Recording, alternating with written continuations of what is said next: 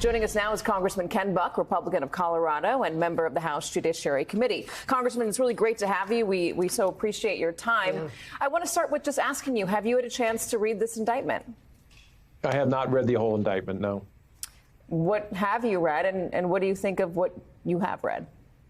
Well, I've read the beginning, and I've certainly read a lot of analysis of the indictment. It is a RICO charge primarily, and in my view, as a former federal prosecutor and state prosecutor, the federal indictment could have been a RICO indictment. They didn't choose to go the RICO route, and I think properly so. RICO was meant to cover mafia cases. It was meant to cover international drug organizations. This charge is really a nuclear bomb where a bullet would have been appropriate. And I think the scope of this charge is really something that should have been done at the federal level if it was going to be done at all. The DA has used the RICO charges to prosecute teachers, so it hasn't just been organized crime in the sense of the mafia in the past. Do you think that all of these legal cases that surround Donald Trump, do you think none of them have merit, or is there something to be concerned about?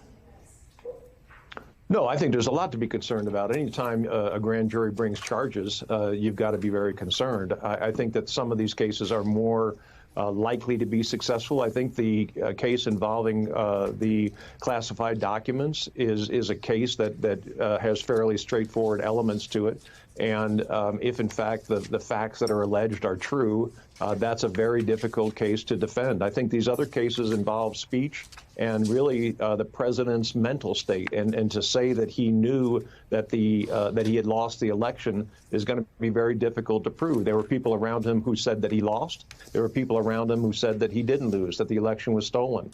And I think to show his mental state in both the federal election case as well as this election case is going to be very difficult. Congressman, it's Chris Jansing here. There's the legal, and then there's obviously the political. And outside of the courthouse yesterday, after he was inside that courthouse, former Georgia Lieutenant Governor Jeff Duncan talked about the opportunity he thinks this indictment presents for your party. Let me play that.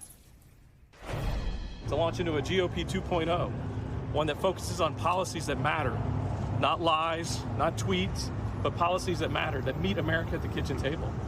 And that's really what this is all about. Let's have a discussion about the facts. If we have a discussion about the facts, I like the outcome. Do you see it that way, Congressman, and do you think that will happen?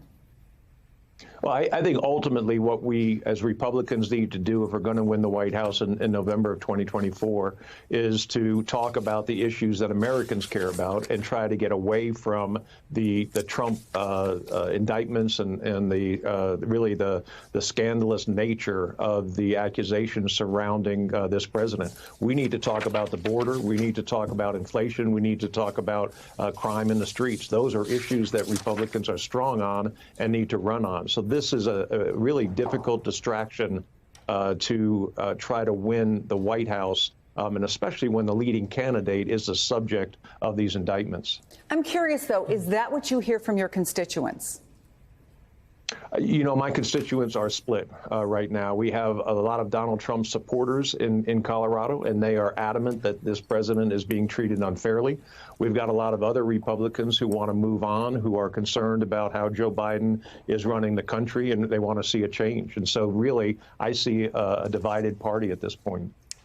Congressman Andrea Mitchell here, and we do really appreciate your coming on. Many of your colleagues have not accepted our invitations, so thank you.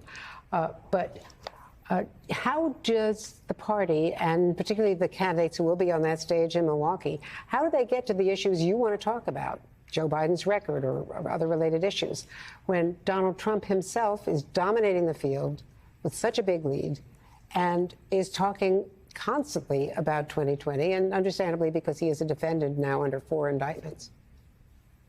Yeah, I think it's very difficult. I can remember when Donald Trump was president and he would tweet something out, and it didn't matter what was happening in North Korea or anywhere else. The media wanted to cover the latest tweet, and that was frustrating to those of us who wanted to talk about substantive issues. I think it's even more difficult now during a presidential election when the news is constantly about Donald Trump and these indictments and his actions during a time of the election and up till and after January 6th. of 2021. And so I think that it is difficult to break through that noise right now and try to get a message, a positive message about where America could be heading under different leadership.